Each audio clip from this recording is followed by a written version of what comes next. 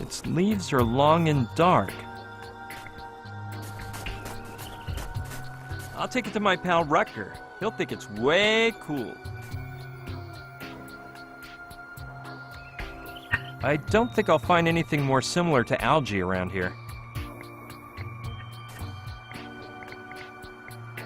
According to the label, it runs on a mixture of gas and oil.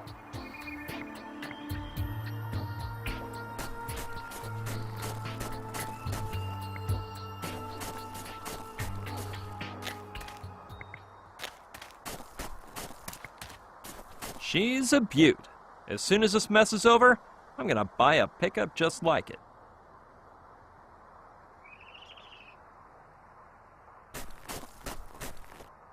That's one of those doohickeys they use to drag heavy things with.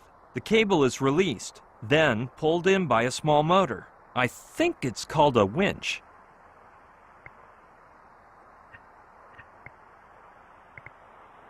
This is gonna leave a gross aftertaste, but oh well.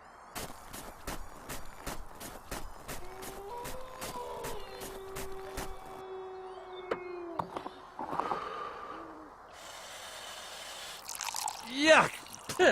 Talk about needing a mint. It isn't full, but that should do. I'll just approximate the amount of oil. Maybe it's my lucky day.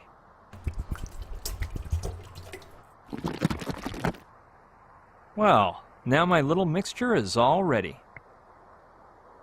Well, let's hope I made the mixture with the right proportions.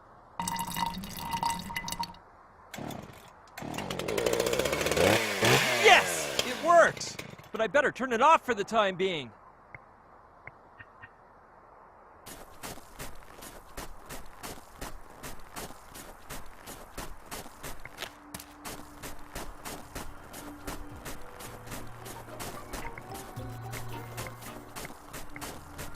The ice layer seems thick. Great idea! I'll make a hole in the ice.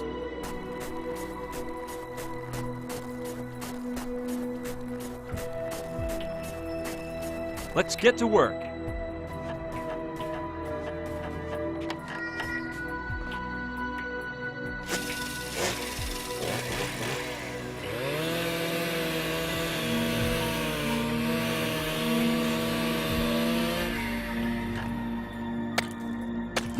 Perfect. Euclid couldn't have drawn a better circle. Dude!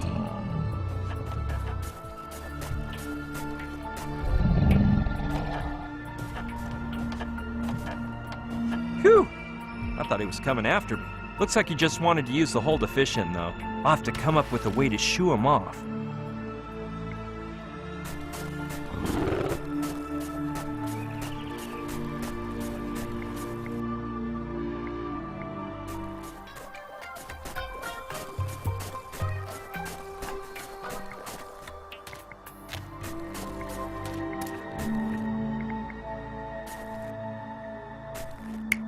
Hey, that might be a good idea.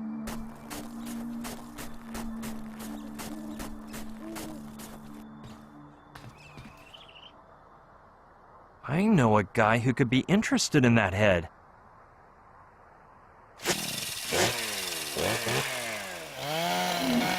It's not exactly a bear head, but anyway. Now that I think of it, if I took off the antlers, it would look pretty much the same, wouldn't it? Okay, let's flex that muscle. Much better, yeah.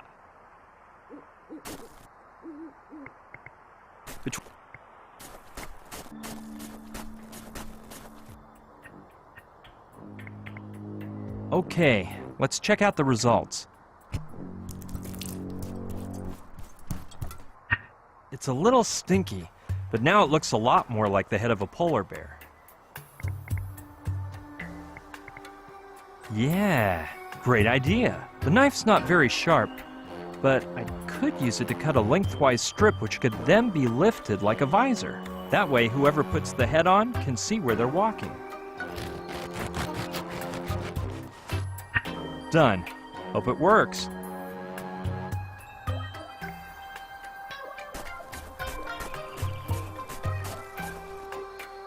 All right, I'll leave it on top of his backpack to give him a surprise. There we go. Ben! What's up, amigo? Surprise, my friend. Look what you've got in your backpack. The head of a bear? Very well done, but what variety of polar bears does that head belong to? I can't seem to place it. Well, it's actually from a moose. A moose polar bear? Not familiar with that species, but I've never been to a moose myself. Where's that located? Anyway, I don't think there's much of a difference between polar bear species anyway. Of course not. The time has come, Ben.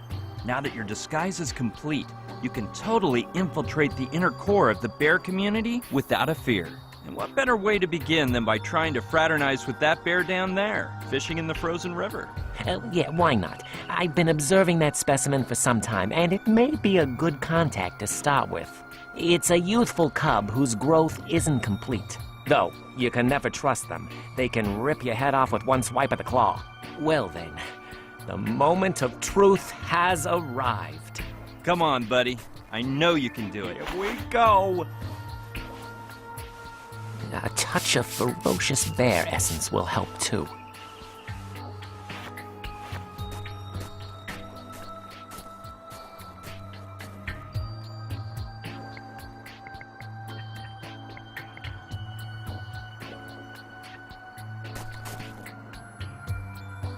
Yes, now that Wazowski is gone, I can do it without getting caught.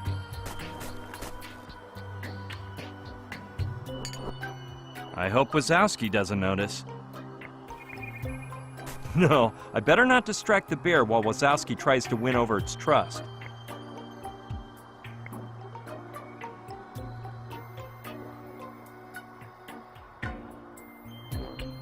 The zoom on that camera is amazing. Yes, sirree. It ranges from 25 to 250 millimeters. What a failure. That bear is too vicious for me. As soon as he caught a glimpse of me, he started to growl. I didn't dare get any closer.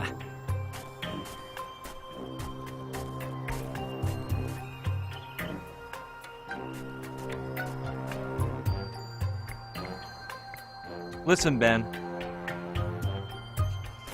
What's on your mind?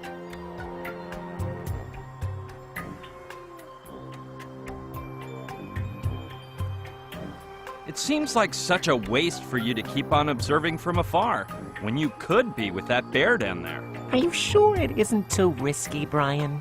It looked like it wanted to disembowel me before.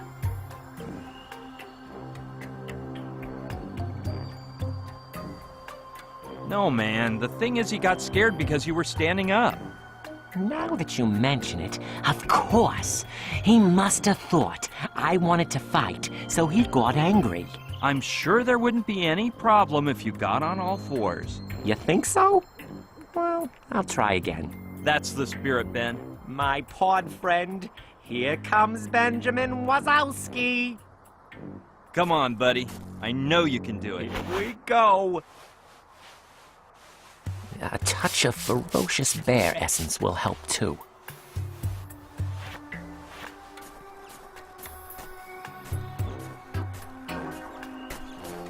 Something tells me Wazowski's gonna be a success this time.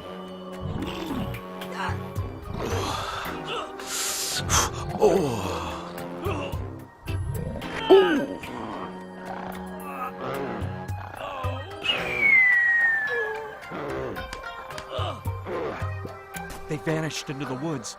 Oh, the humanity, it was terrifying. Wazowski's face was like an open book, especially at the beginning.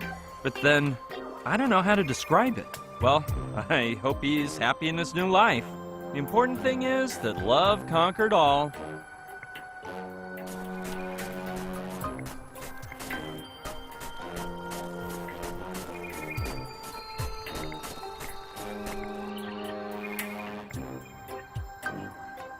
Yeah, I think I can reach it. Let me see if I can.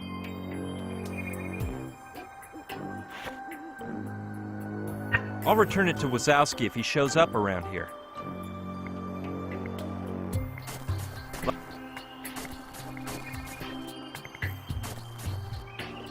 Having a frozen hand does not sound tempting, thanks. Hey, good idea. I'll try to copy the bear. Let's see if I can do it as well as he does.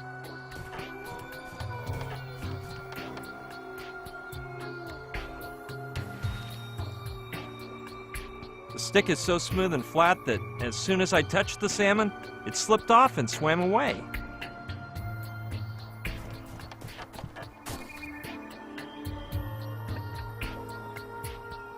Yeah, that looks like a good imitation bear claw.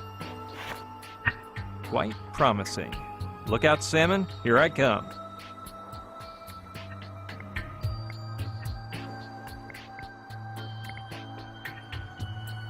Okay, let's hope my idea works now.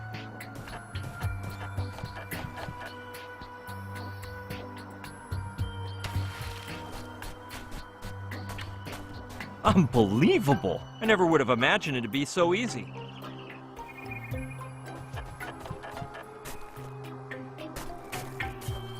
Took some work, but I've got it at last. One perfect specimen of an Alaskan salmon.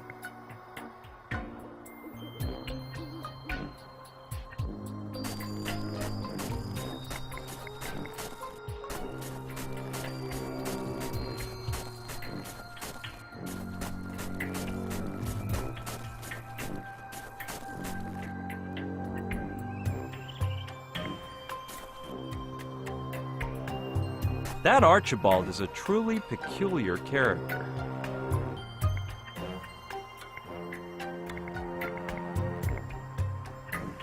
I'll tell him what I've gotten. That way I can be sure he won't forget the deal we made.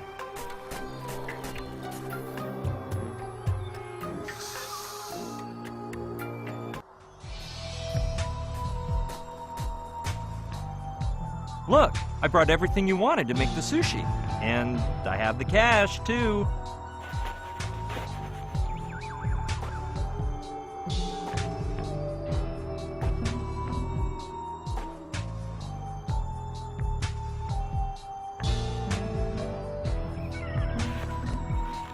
Do you mind if I ask you something, Archibald?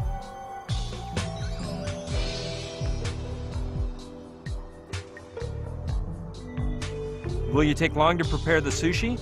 Where will you leave it? How long is it going to take you to learn not to stick your nose into other people's work? It'll be ready when it's ready, mister.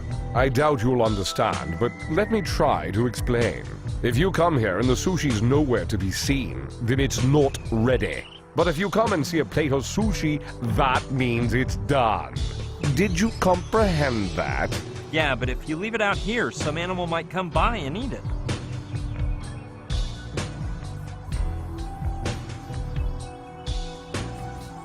It might be safer if you leave it right in the shelter where my friend is waiting. Well, well, Mama's boy is requesting a delivery service. If that's what you want, call up Sicily and order a pizza. They're gross. You'll love them. I said please, Archibald. Take the sushi to the shelter for me. All right, but favors have a price. That'll cost you more. That's impossible. I gave you all I have. That's nice to know. Tonight I shall dine on sushi as I ask myself where the $1,000 in my pocket came from. What more do you want? The clothes off my back? Kid, only one thing would gross me out more than wearing your disgusting, oversized baby clothes. Having to see you naked as you hand it over to me. I don't know what else I can give you. Let me think. If I'm not mistaken, you have a cell phone on you, right? Yeah, but it cost me a fortune. I was thinking I could resell it, but forget it. I'll take you the sushi in exchange for you leaving me alone and getting out of here for good. My sincere thanks, Archie. Archie? You have the balls to call me Archie? What do you think we are, relatives? Or do you think you have the right to insult my parents' good taste with your tacky nicknames? Sorry, Archie, Not again! You little... All right, give me the cell phone. The cell phone, or the deal's off. All right, if there's no other choice.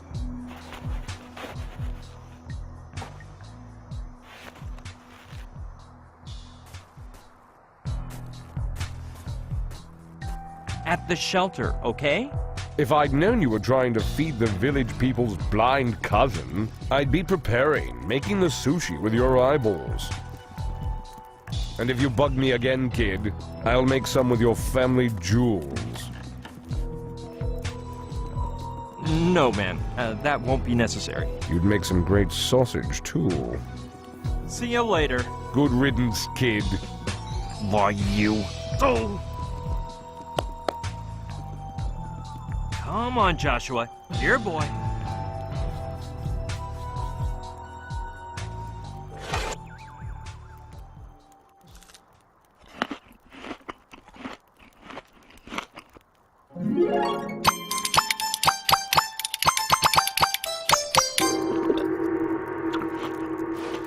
Delicious. What's for dessert? Hey, what about that password? Yes, I remember. Where are you going? Yahoo!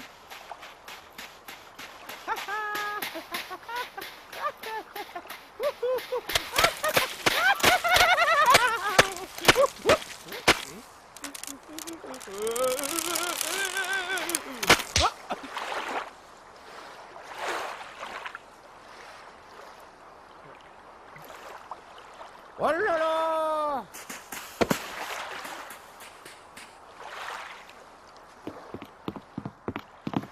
I'm starving. Ah.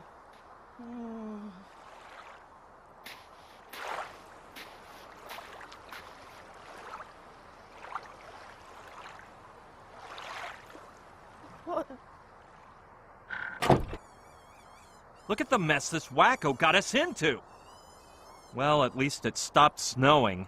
That's better than nothing. Maybe I should have kept my big mouth shut.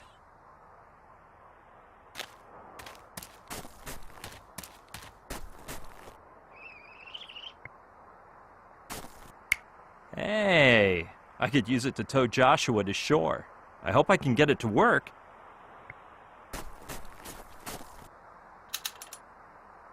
I was afraid of this. The battery is dead. It won't work unless I get the pickup truck started first.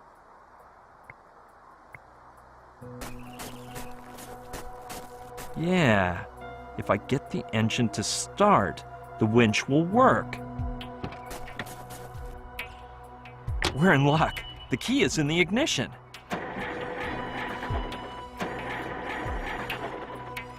It won't start. I guess I was asking for a miracle. It's got gasoline for sure, and the battery light hasn't come on, so there must be something wrong with the engine. I'm not much of an auto mechanic, but it can't hurt to open up the hood and take a look-see.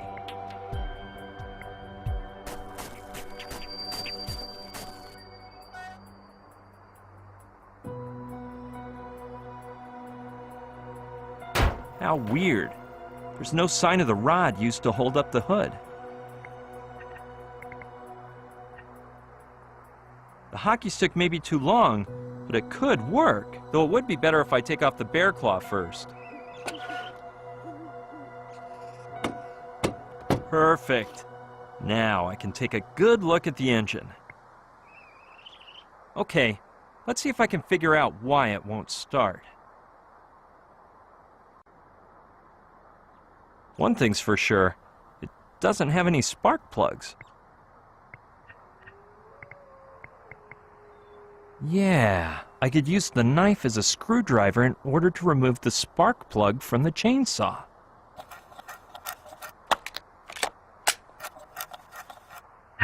Presto! Now I've got a spark plug. Let's see if I can put it in right.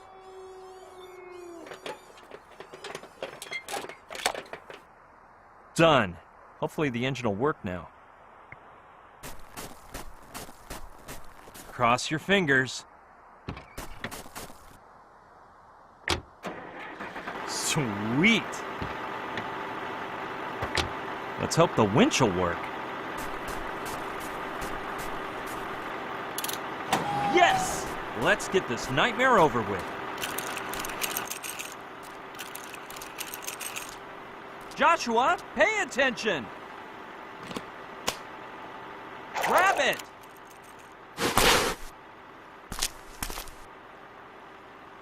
Gotta get that nutcase off the icy lake.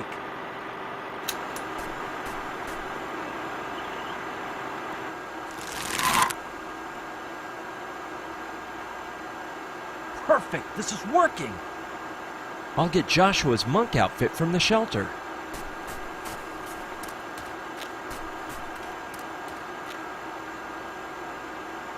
He should be wearing it when we go to Professor Simon's house. If they see him in his regular clothes, they won't let us in, even with the password.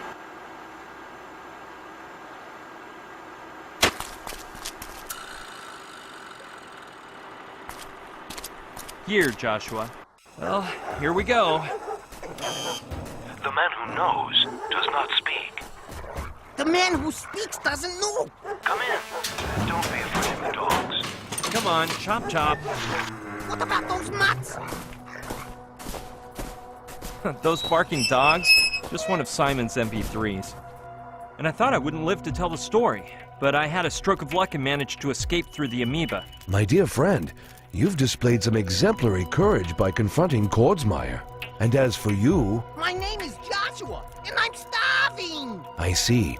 Alpha spoke to me of you, the human who lives among Trantorians. You are quite lucky. My stomach's growling with hunger. As is mine, dear friend. Though it's the hunger for knowledge which makes us scientists. I think my legs are going to give out. Joshua, we're short on time, and I haven't even figured out what those Trantorians are doing here. You are new to the field then. Please, take a seat.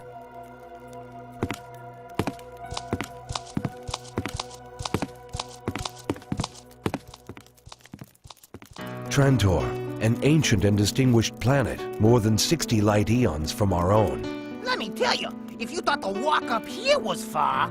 Its inhabitants had already dominated quantum technology before the first single-celled being sprouted to life on Earth. What he means is they already had some awesome wares running when our ancestors were riding in time. They learned to model the space-time continuum at their whim, to leap from galaxy to galaxy, to alight onto dimensional vortices in a purely tangential manner. In a word, their travel budget was out of this world. Their telepathic mastery is such that they could dispense with their mere physical presence, should that be their whim. Ooh, not even Scullery thought of that. As you are aware, their civilization is beyond ours by an exponentially awe-inspiring amount. They do seem to be pretty quick. They could effortlessly make slaves of whole solar systems and shrink them infinitesimally with nothing but a thought.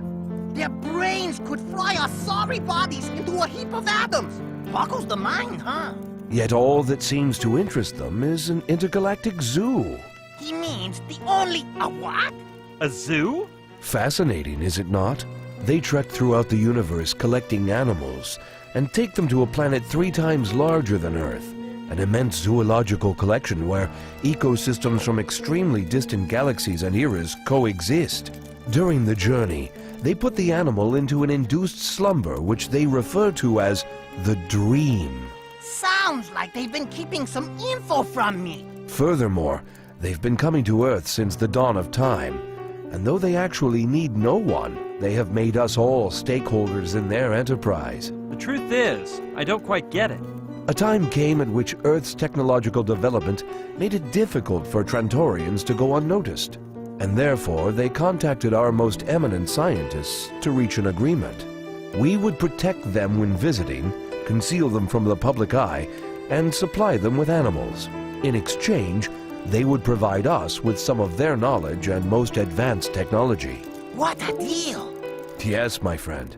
Don't you find it unbelievable that mankind has carried out the technological revolution of the 20th century with no help? Had Trantor failed to furnish us with knowledge, theories, and prototypes, we would never have gotten so far. Think of heretofore unconceivable vaccines, the space race, or even the vacuum tubes in the first computer. And you are thinking of Trantor. I knew that. And the first jelly-filled donut. They told me so. Astounding, isn't it? As I was saying, we trade animals for wisdom. The Earthling entity responsible for coordinating these efforts is the Contactors International Agency, of which I myself was a member until recently. Until Kordsmeyer appeared, I suppose. Precisely, during the dream of the platypus. We were waiting for the Trantorians in a cave in Cuba Petty, Australia, when the rocks in the ceiling started raining down on us. It looked like our days were numbered. Right at that moment, a Trantorian appeared through an amoeba point carrying a small sphere in his hand. The NG0, an antiparticle generator that reduces all sorts of matter to nothing. He raised it up and aimed it at the rocks, and they disappeared instantaneously, as if they'd never existed. Since then, Kordsmeyer has been awfully interested in the NG0.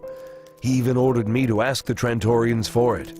When I refused, he tried to have me eliminated. So I was forced to leave my position and flee to this dull hideout. Surrounded by safety measures with passwords known only by Alpha, Trantor's High Commissioner for Earthling Affairs. And now you, of course. So what we know is that Kordsmeyer has managed to get a Trantorian spaceship into trouble. At least enough for it to risk sending a message through Joshua. Whoops! With all this chit-chat, I forgot about the message. Yes, Simon. What is that? Let us join hands, and then you will see. Joshua put a lid on it. Man! Silence!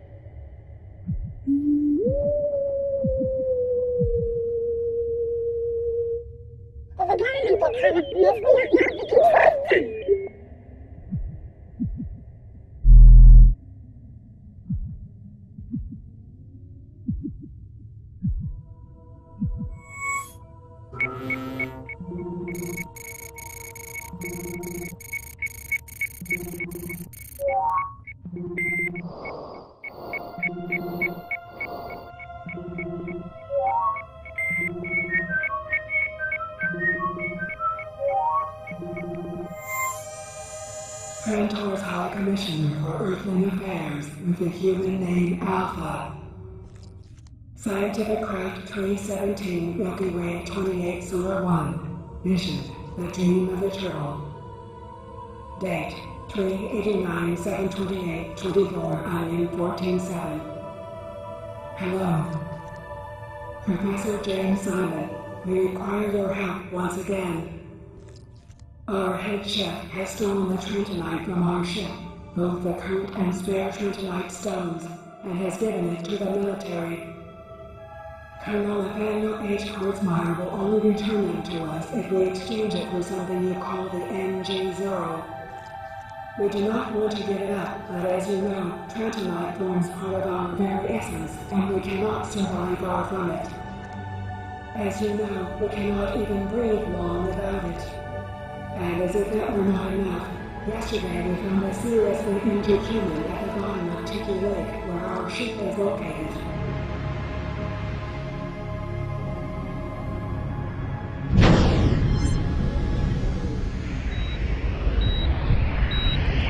Gina! She's alive!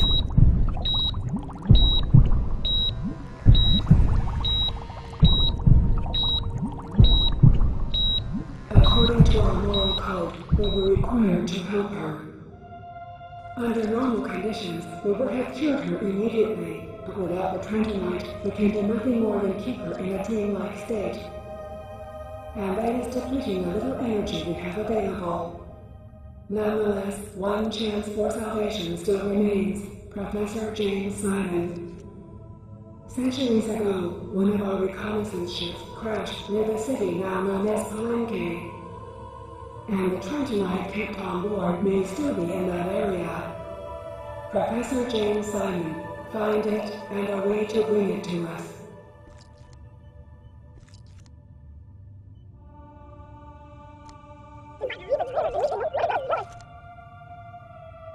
And some of the local onion soup. Every can of senior onion you can muster. Please. Professor Simon? Are you okay? Just give me a minute or two. I need to warm up. Aren't you hungry too? Holy smokes!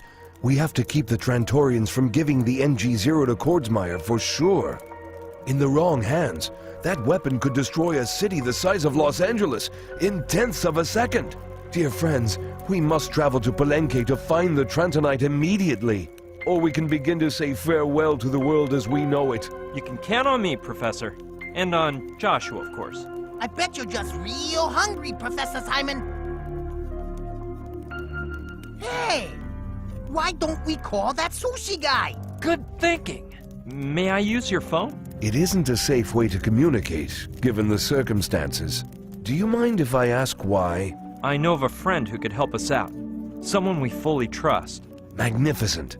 Then I recommend you sit at my laptop computer and use the impenetrable ultra-safe crypto chat. Provided that your friend is online at this very moment, that is. Don't worry.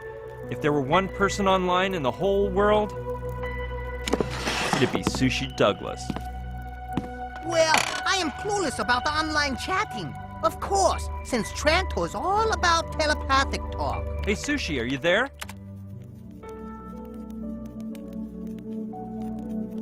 Do you mean that the Trantorians don't have the internet? How do you think Alpha informs us of trading dates, if not by email? In fact, after reading their email, we type in www.planet-trantor.com and we enter our code so that they will provide us with the details of the transaction. I'm totally out of the loop. Nobody told me about any of this. You leave me in awe, my dear friend. If not, where do you believe the network of all networks was designed? In the mind of a simple human? No, it was them who showed us how to build it and use it. What I've never understood is how they get online from other solar systems. I don't know. Perhaps they used neutrino transducers, like in that splendid novel by William Garza. Have you got that one? That book must have gotten at least 5 stars. You wouldn't happen to have anything by Sarah Martin, would you? Nathan? What's up, doll? Think you'll ever find our little pest? Hush, hush, soldier boy. My spiderweb is about to strangle both him and the monk. And it looks like we got 3 for the price of 2. Your old pal Simon's here. Simon? Ha! I knew I'd end up catching him. Overeducated scientist. Anyway, make him vanish and come to Mama pronto, lady. Have you already gotten a real Pignon to cooperate? I know how to make up his mind. The clock's ticking before the big event. K. Dick, all of Asimov, and of course Brian Scullery's complete works. Yuck! What are you doing with that gossipy pulp in your library? Allow me to tell you a secret. If you tug on the 3rd volume of his infamous UFO Lies and the Houdini Legacy, you'll see something open up before your feet. At Simon's house. And that's where my story ends, for now.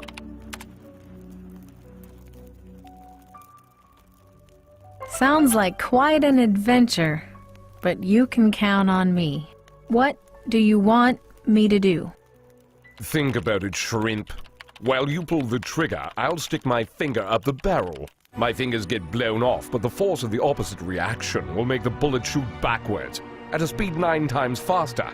It'll blow up the gun and your face will get erased. Seriously? I knew you were an idiot. I'm gonna kill him! No one ordered you to do it, 13. They're not paying you for this one. It's the ones inside they want. Well, get a move on before my Christmas shopping begins. Did that spy from Hawaii turn up yet? Not yet, Tarantula. This is getting a bit tiresome. They've been in there for hours. All right, 18. Finish off the other 2. Then we'll go in and get the spy.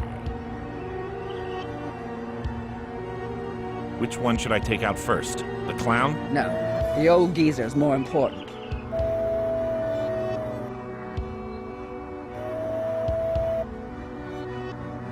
What are you waiting for?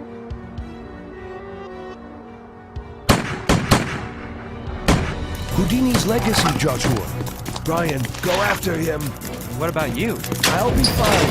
Everything depends on you now. Run! But Jump for Pete's sake!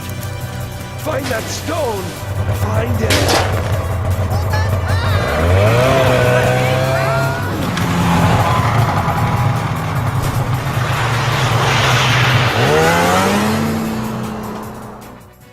Brian? Are you there?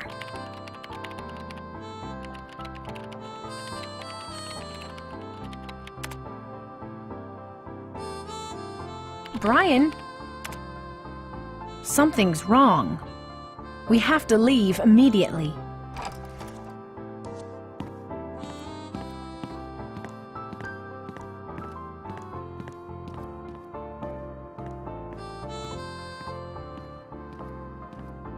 Saturn, we're going on a trip. Brian's in trouble. BB in trouble? Give me 5 minutes. You're not leaving me here, are you, man? And bring your best equipment. We may need it. 4 minutes. I'll go grab some equipment too, but the good stuff. You gonna fly